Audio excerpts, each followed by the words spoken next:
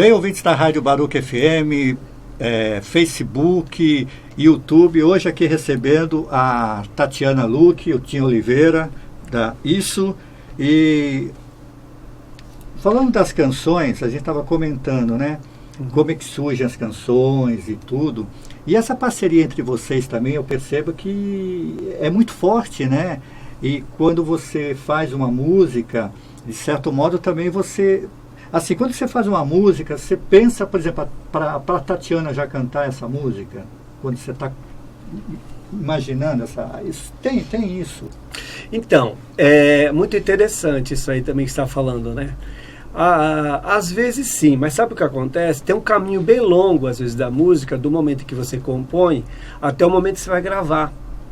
Que até você falou agora um pouquinho fora do ar, a gente estava conversando sobre teatro, é mais ou menos quando você escreve uma peça, acho que depois vem ela encenada, entendeu, né?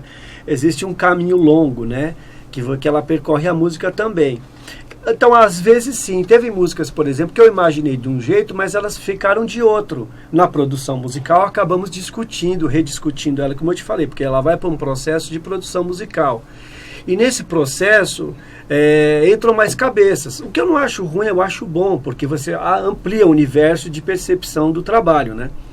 Então o Benigno Sobral, né, veio também com a experiência dele e opinando. Então, por exemplo, teve canções que eu imaginei de uma forma e saiu de outra. Teve canções, então, por exemplo, que eu não imaginava, por exemplo, a Tati cantando e a Tati cantou, vamos supor, de outra forma, entendeu? Né? E teve canções que eu imaginei ela cantando, como você está falando, ou eu cantando de uma forma e ela cantando de uma forma, e aí foi de outra forma que aconteceu a música na produção. Até os arranjos, por exemplo, os arranjos vocais, quem fez toda a finalização foi o Benigno, né? Mas eu levei as ideias, né? A gente foi criando, porque eu cantava com ele brincando, então a onda, ela era de outro jeito, né? Ela nasceu de uma forma, e eu ficava inventando as vozes, enfim, e a gente... Quando foi fazer a produção final da onda, ela já estava com uma outra cara. Ela tinha a nossa personalidade, mas ela estava bem profissional. Ela estava bem acabada, né? Os arranjos vocais estavam bem finalizados, né? Sim. Então, assim, eu que não imaginei que ia estar tão mergulhada na área musical. Eu já tive experiências musicais com canto coral, enfim, mas não a esse nível de profissionalismo. Para mim foi muito importante ver como que é a produção, né? Onde bate, onde vai, por que tem que ser assim, por que tem que ser assado, né? Então a gente percebe isso em todas as canções. Até canções, por exemplo, teve canção que não entrou no disco, né? Que a gente conversou. Teve canções que acabaram ficando de fora. Acho que não tem a ver unidade, com esse álbum. Porque você pensa muito que você vai produzir, no caso que a gente produziu um CD, né? Então a gente tinha um trabalho em mente de passar uma mensagem toda, né? Tinha um sentido nas canções todas. Então, assim, aí você fica pensando na unidade do trabalho também. Então, quando você vai para essa questão, você olha o todo, né? Você não olha mais cada canção individualmente. Exatamente. Você olha o conjunto do que você está apresentando e dentro desse conjunto, como que fica cada coisa. Então, é diferente a percepção. Por isso que eu falo para você que às vezes a canção nasce de um jeito e quando você vai produzi-la, você acaba tendo uma outra percepção, né? E às vezes isso que você comentou, Tim, também passa desapercebido para o público, né? Para as pessoas. Porque quando a pessoa pega um CD como esse, às vezes as pessoas elas ficam ouvindo as músicas, mas elas não prestam atenção nessa unicidade, nessa preocupação do artista quando compôs e quando formatou e fez. É como se fosse uma narrativa, né? Uma timeline. Exato. Ele estava contando uma história, né? Ele quer contar uma história e quer passar uma mensagem.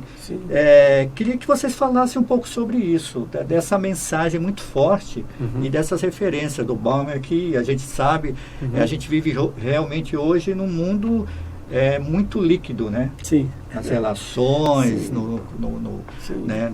Nas atitudes, tudo é muito passageiro, muito efêmero. E até que ponto isso, né?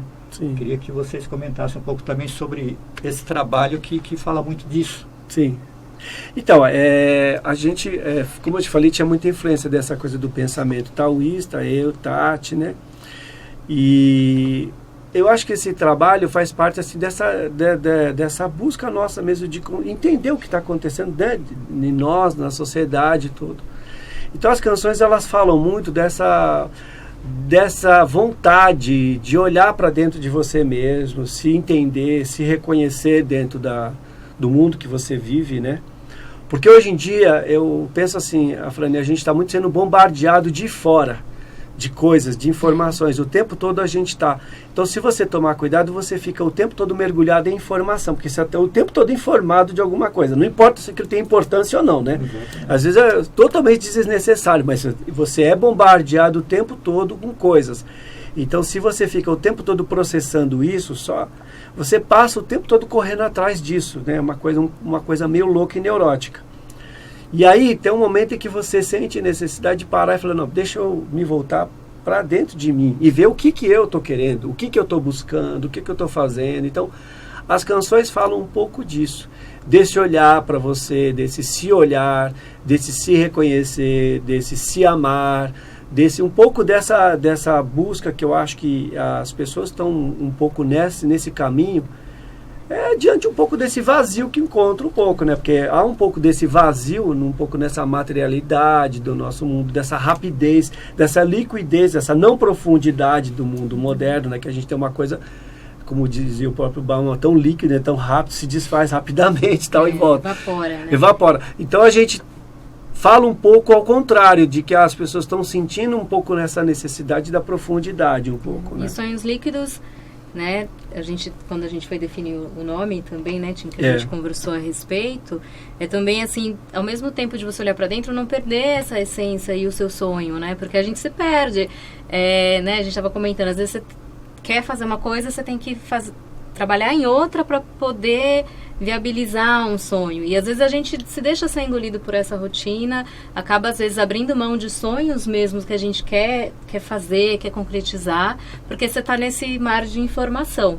E o sonho líquido, uma coisa que até está na capinha do CD, eu gosto bastante dessa frase, que é uma frase que o Tim escreveu, né?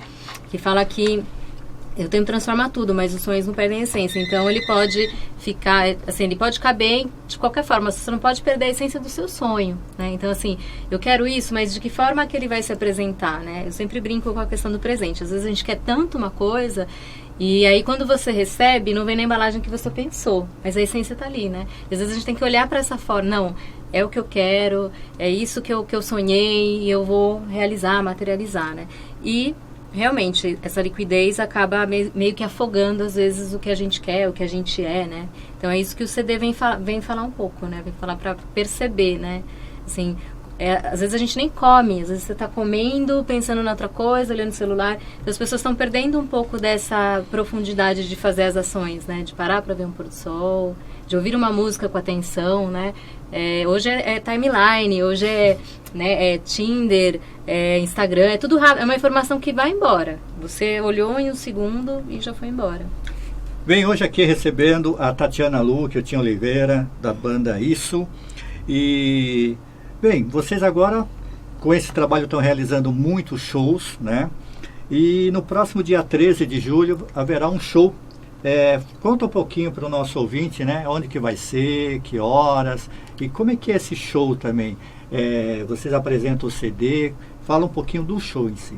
Então, o show, ele é no dia 3 de julho, sábado, né? A partir das 20 horas. E ele vai acontecer no Teatro Bruta Flor, que era o antigo Teatro da Rotina, lá em São Paulo, na Rua Augusta, 912. Né? E ele vai ser um show também do CD, que a gente está apresentando as canções do CD. A gente tem feito isso nas várias casas que a gente tem apresentado, Sonhos Líquidos, e vai ter participação especial. A gente sempre convida, né, alguns artistas para participarem. O último a gente teve a Mila Amorim, tivemos a Jordana. Nesse a gente vai ter o Cacau, né, do Ateliê Travessia. Abraço, Cacau. Do Ateliê Travessia, e a participação da artista circense Elaine Freire, que vai estar lá com a gente. Também um ator, Diego Summer, que ele vai fazer uma performance no nosso show. E a gente também vai fazer ele todo acessível. A gente vai contar com a participação de um intérprete, e eu, durante as canções, né, como a gente já havia falado na outra vez que nós conversamos, eu faço as transcriações das músicas em Libras, cantando simultaneamente, que esse é um dos diferenciais do nosso trabalho, né? Então, vai ser um espetáculo muito lúdico, né? A gente convida todos para poder participar, para estar com a gente. A venda dos ingressos é através da Simpla, lá no Facebook, no @issuoficial, as pessoas conseguem comprar. A compra é com desconto antecipada, né? Mas também vai funcionar a bilheteria local. Aí, a casa abre às 8? Ela abre às 8 e o espetáculo noite. vai começar às 21 horas, né? Legal. Mas é bom chegar porque, assim, como para as pessoas irem, né, se falando, tomar alguma coisa, porque a gente vai começar pontualmente às 21 horas. Bacana. A gente sempre costuma falar assim que os nossos shows a gente é um encontro, na verdade, né? E esse local, o Teatro Bruta Flor, é muito acolhedor. Então a sua sensação lá é um verdadeiro encontro com a gente. Verdade. Até mandar um beijo para a Biju, que é a curadora do espaço. Obrigada. É muito gostoso. Já fizemos um show lá que foi maravilhoso. Porque a gente procura, como eu falei, criar uma coisa sensorial nos nossos shows, que a pessoa tenha uma experiência mesmo. Então, assim, além da música, a gente procura trabalhar com toda a ambientação para que a pessoa se sinta a gente sempre bem. tem um elemento surpresa, né? A gente teve Não vamos contar. Esse a gente vai contar. A gente sempre conta dos outros. No outro a gente recebeu, né, as pessoas e a gente levou a carta da criança, que tem uma mensagem bem bonita no baralho, baleiro, né? Tem um baralho chamado baralho da criança. Isso. Cada carta possui uma mensagem para a pessoa. A gente tinha essas cartas dentro de um baleiro, nós recebemos as pessoas na entrada e elas eram convidadas a retirar uma carta do baleiro. E aí era uma mensagem para ela, levar para ela e ficar. Então ela levava essa carta de presente. E algumas cartas estavam marcadas, né? Que era para que a gente ia fazer um sorteio. Algumas pessoas que estavam com a carta marcada, elas iam receber os brindezinhos que a gente e depois tinha uma carta específica que ia receber um brinde maior. Um kit, né? De camiseta, CD, enfim. Então a gente sempre traz, né? Algum elemento para que a pessoa, assim, que vale a pena ela também estar lá com a gente, que ela também tenha algo para ela. Então, as pessoas ficaram super impressionadas com a carta da criança. Todo mundo queria ver que a outra tirou. Então, deixa eu ver. Porque, assim, falou com as pessoas naquele momento. Eu falei, você entende como você quer essa mensagem, né? Porque, às vezes, é um momento que você está vivendo, às vezes não. Mas, assim, ela vai fazer sentido em algum momento. E a mensagem realmente, como se fosse uma criança falando com você, tem uma figurinha, né? E foi muito especial. E também, assim, que abrilhantou bastante o nosso show, né? Que a gente se sentiu em casa, bem acolhida, a presença da Mila Morim, que ela apresentou o single dela, Rosa, que tinha pouco tempo sido lançado. E a Jordana, né? Que ela trouxe também 2 composições dela. Isso. Ela lançou recentemente uma delas, que é a Razão de Ter. E que, nossa, a gente se sentiu em casa, né? A Mila sentou lá e as pessoas curtiram porque também foi uma forma de estar apresentando os artistas, outros artistas, como a gente disse, né? De fazer essa troca. Às vezes a pessoa não imaginava que ia ter uma cantora, né? Que trouxesse essa música. E foi legal isso, porque as pessoas ficaram encantadas, né? Com essas surpresas, né? Então o show de vocês sempre tem essas surpresas que vocês sempre reservam, sim. até para as pessoas que vão se sentirem acolhidas. Exatamente. E parte também, né? Exatamente. E também voltar para casa com alguma coisa. Exatamente. Eu acho que isso é importante, Isso. né? No show.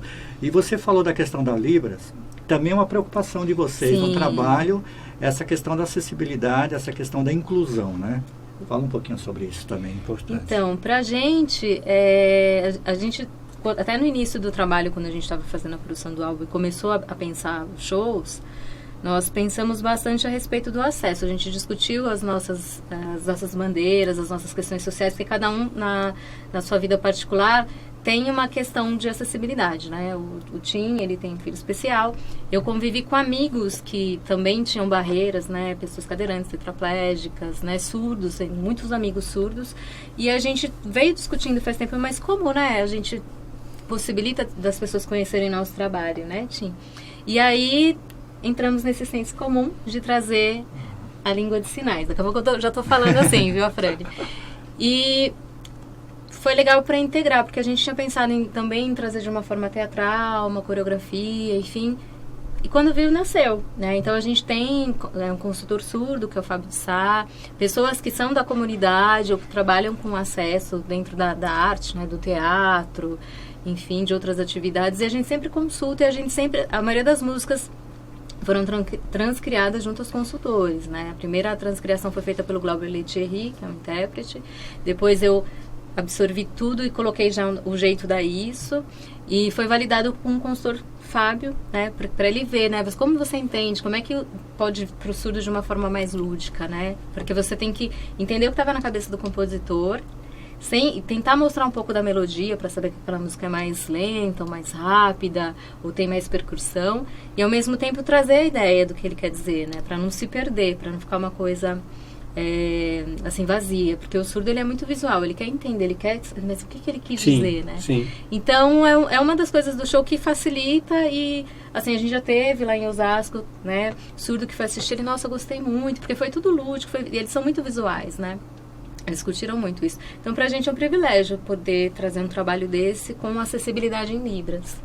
E é interessante, sabe, Afrânio, porque eu sempre gosto de frisar, a questão da Libras no show, ela torna muito lúdico, porque fica muito lúdico a Tatiana fazendo esses movimentos que ela faz com essa transcriação e cantando no palco. De tal forma que isso chama muita atenção, chama mesmo. Tipo, o foco fica ela no palco, né? Porque mesmo quem não é surdo, que é chamado de ouvinte, pessoa, né, que não é surda, chamado ouvinte. O ouvinte, ele fica prestando muita atenção no que ela faz. E isso tem levado muitas pessoas... Quem já conhece Libras, quem já ouviu falar disso, fica fascinado. E quem nunca ouviu falar, vem perguntar depois para nós, conversar o que é isso. Surge, né? a curiosidade, normal. Então desperta essa discussão, desperta esse interesse. Então eu falo que a acessibilidade é uma via de duas mãos, porque você tem que ir ter dos dois lados, né? Você tem que ter. Então, assim, o que acontece é que às vezes a gente preocupa só da acessibilidade pro lado da pessoa que tem a barreira. Mas às vezes a principal questão é a pessoa que não tem barreira, porque ela que tem o preconceito, ela que desconhece. Então é muito interessante porque a gente faz a Libras tendo ou não surdo na plateia. E para a pessoa que é ouvinte não surdo, como eu falei, né? Então o ouvinte, ele acaba, para ele ser interessante, dizer, olha só, eu estou lembrando, existe essa língua, existe essa forma de se comunicar fora de uma coisa que eu considero como padrão. Entende? Essa quebra desses paradigmas. Eu dou um exemplo muito clássico, que é de você colocar a rampa do lado da escada. Não colocar a rampa num outro lugar, como comumente as pessoas falam, a rampa está ali atrás, escondida. Não. A rampa do lado da escada, porque os dois têm o mesmo peso. Né? Então aí a pessoa que sobe na escada, ela está vendo a rampa do lado, ela fala assim, bom, eu sei que existem pessoas que usam esse outro. Reconhecer os dois lados é importante. Exatamente. E até só para acrescentar, Frânio, o que eu queria falar também é que assim, a comunidade surda, ela é bem ativa nesse sentido. Eles vão fazer alguns cursos no SESC voltados para arte, porque até então isso era uma barreira, não tinha. Como é que você vai no cinema? Como é que você vai assistir uma peça de teatro, né? E pra gente foi importante porque a última vez que eu dialoguei com o Léo Castilho, que ele é um ator surdo, porque eu falei assim, mas a intérprete quando tá lá, ela tem que ser assim, ela tem que passar assim, vocês exigem que ela esteja, sei lá, a cantora tá se balançando a cabeça e a intérprete tem que fazer. Como é que é? Porque para cada um é um universo. Sim, ele falou assim, eu preciso, eu quero sentir. Eu quero saber que está mudando do violão para o baixo. Para mim é importante, né? Então, tem esse universo deles também, como eles consomem, né? A questão da música, né? Porque às vezes a pessoa, mas surdo e música não tem nada a ver, né? Não, tem, eles têm a vibração, tem grupos que eles acompanham, tem cantor surdo, e as pessoas não sabem desse universo, fica quem? O que a gente sempre comenta, só para fechar essa parte da acessibilidade, é que assim, não tem uma receita de bolo. A gente não está falando assim, todos os artistas têm que pegar e agora fazer tudo acessível. Não, mas assim, o que você pode trazer de acesso? É a rampa? Ok. É ter uma intérprete nesse momento ali do lado do palco? Ok.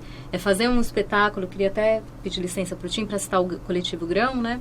Que eles fazem teatro acessível, onde você não precisa do intérprete ali, mas o teatro ele é todo composto de forma que um cego possa assistir, um surdo possa assistir, um ouvinte, uma criança e um idoso. De forma que ninguém fique, cada um faz a sua camada de leitura do espetáculo, né? Então a gente traz em Libras, porque pra gente é esse foco. Não tem, como eu falei, não tem nada fechado, não tem uma solução mágica pra gente fazer, vamos abraçar todos, né? Mas fica uma dica, né? Pra quem é o artista, o que você quer transmitir, quem é o seu público, onde você quer que chegue, qual o mínimo de acesso que você pode trazer.